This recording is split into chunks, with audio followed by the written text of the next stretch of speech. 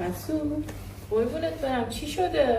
هیچی با بچه ها زنگ زدن یه مهمونی پسرانه دعوتم کردن گفتم آرزو تنهاست نمیرم. پاشو برو چه اشکالی داره؟ جدی میگی واقعا؟ آره پاشو برو.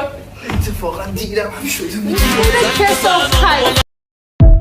همیشه تو اکیپ یکی هستش که چست کنه قهر کنه. علی بیا داریم پفک میکنیم بیا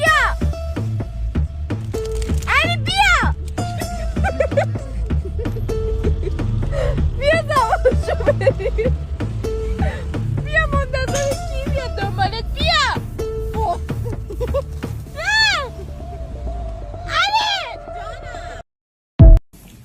میتونی بگی گرر چی؟ گرر میتونی بگی گرر چی؟ چی؟ گرر گرر میتونی بگی گرر چی؟ چی؟ چی؟ گرر گرر گرر میتونی بگی گرر چی؟ چی؟ چی؟ چی؟ گرر گرر گرر گرر دستتو گاز نگیره بابا.